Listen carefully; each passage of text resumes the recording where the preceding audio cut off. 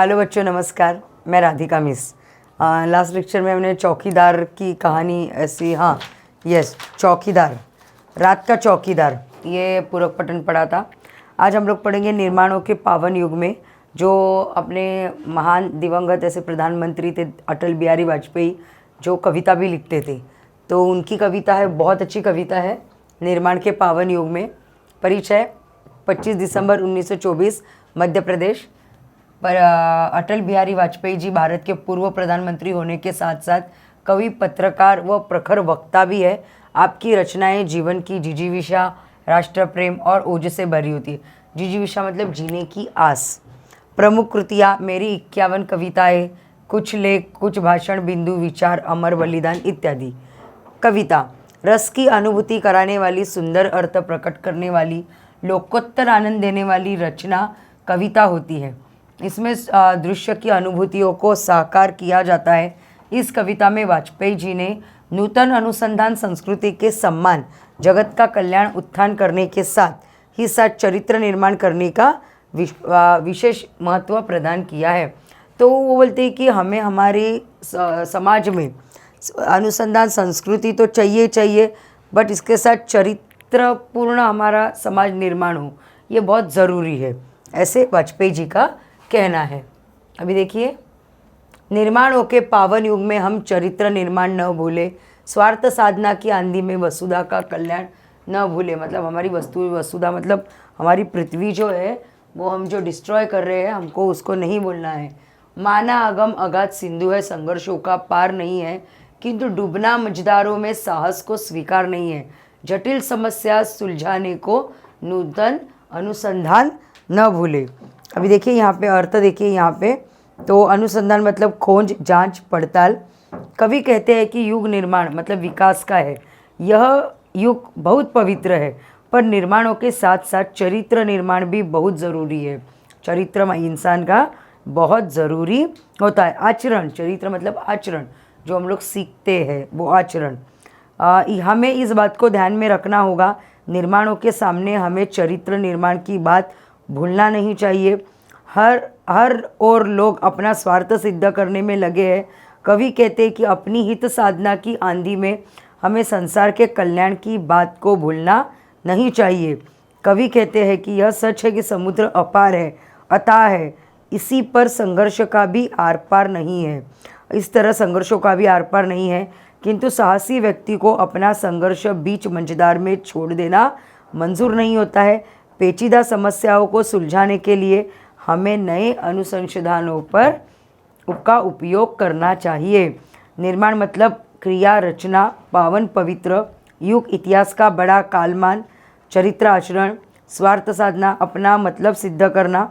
वसुधा मतलब पृथ्वी, कल्याण, भलाई, अगम अपार, अगाध, अथाह, यूज, विशाल। सिंधु समुद्र, संघर्ष मतलब विकट स्थिति में आगे बढ़ना। मझदार लहरों के बीच साहस, हिम्मत, जटिल पेचीदा और सुलझाना मतलब उलझ जाना। नूतन नया अनुसंधान मतलब खोज, जांच या पड़ताल। अभी आगे, शील विनय आदर्श श्रेष्ठता, तार बिना झंकार नहीं। शिक्षा क्या स्वर साध सकेगी यदि नैतिक आधार नहीं है। कीर्ति कौमुदी की गरिमा में संस्कृति का सम्मान न भूले। निर्माणों के पावन युग में हमें चरित्र निर्माण न भूले। स्वार्थ साधना की आंधी में वसुधा का कल्याण न भूले। अभी देखिए, कवि कहते हैं कि लोगों में अच्छे आचरण अपनाने, विनम्र बनने, आदर्श कहलाते तथा दूसरों के अधिक श्रेष्ठ होने की भावना जागृत करना जरूरी है, तभी लोगों में चेतना आ सकती है। वे कहते हैं कि यदि किसी व्यक्ति में नैतिक आधार नहीं है तो उसकी शिक्षा किसी काम की नहीं है। अगर आप अपनी शिक्षा किसी दूसरे के हेल्प के लिए यूज़ नहीं कर सकते तो आपकी शिक्षा किसी काम की नहीं है।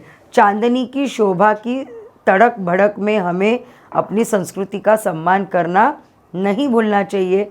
कवि कहते हैं कि ये जो युग है, विकास का युग है, यह युग बहुत पवित्र है, पर निर्माणों के साथ साथ चरित्र निर्माण भी बहुत ज़रूरी है। चरित्रवान होना ज़रूरी है। हमें इस बात का ध्यान रखना होगा कि निर्माण के सामने हमें चरित्र निर्माण की बात भूलना नहीं चाहिए। हर और लोग अपना अपना स्वार्थ सिद्ध करने में लगे हैं। कवि कहते हैं कि अपनी हित साधना की आंधी में हमें संसार के कल्याण की बात को भूलना नहीं है।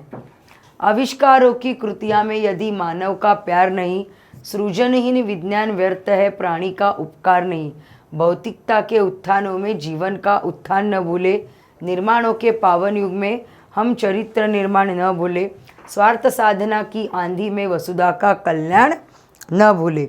कवि कहते हैं कि आविष्कारों की जिन वस्तुओं का निर्माण हुआ है, यदि वे मनुष्य के काम नहीं है तो उनमें प्राणियों का कोई भला नहीं होता है, तो यह विज्ञान व्यर्थ है, इसे सृजनहीन ही कहा जाएगा। कवि कहते हैं कि भौतिक तड़क भड़क के बढ़ते प्रभाव में आकर हम अपने जीवन का उत्थान करना न भूले। कवि कहते हैं कि युग निर्माणों का है, यह युग बहुत पवित्र है, तो इसके साथ साथ बहुत सारी ज़रूरी भी है। तो हमें बात रखना है कि निर्माण के साथ हमें चरित्र निर्माण हमें भूलना नहीं चाहिए। अपना स्वार्थ सिद्ध करने में कवि कहते हैं कि हमें हित साधना की आंधी में हमें संसार के कल्याण बात को भूलना नहीं चाहिए।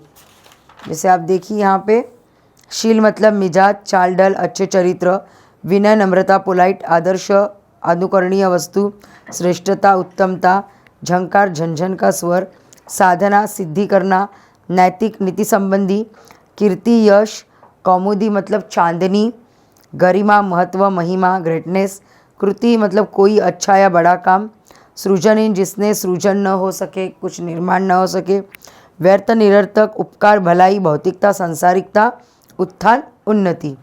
तो बच्चों कविता बहुत इजी थी और मैंने आपको पूरा अर्थ भी समझा दिया कविता का। तो यहाँ पे जो उसके क्वेश्चन देखिए, यहाँ पे वसुधा पृथ्वी, अगम अपार, अगाध अथाह, मंझदार लहरों के बीच, कौमुदी मतलब चांदनी, भौतिकता, सांसारिकता, उत्थान मतलब उन्नति।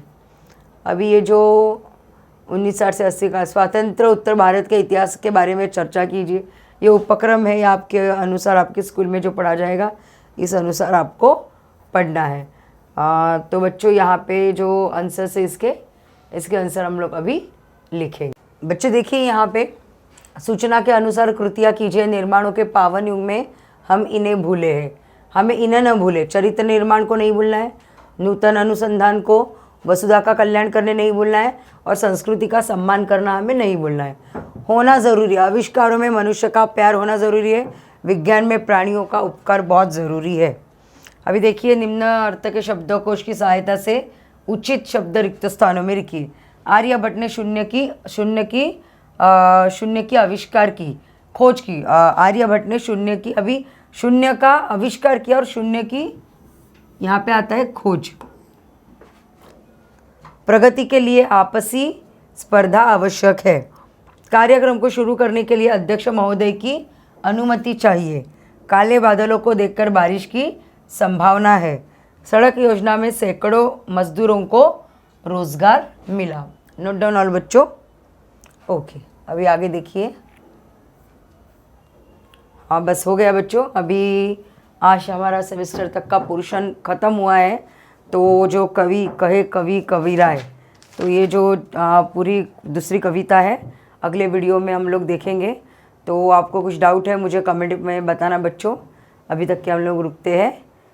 थैंक यू, धन्यवाद।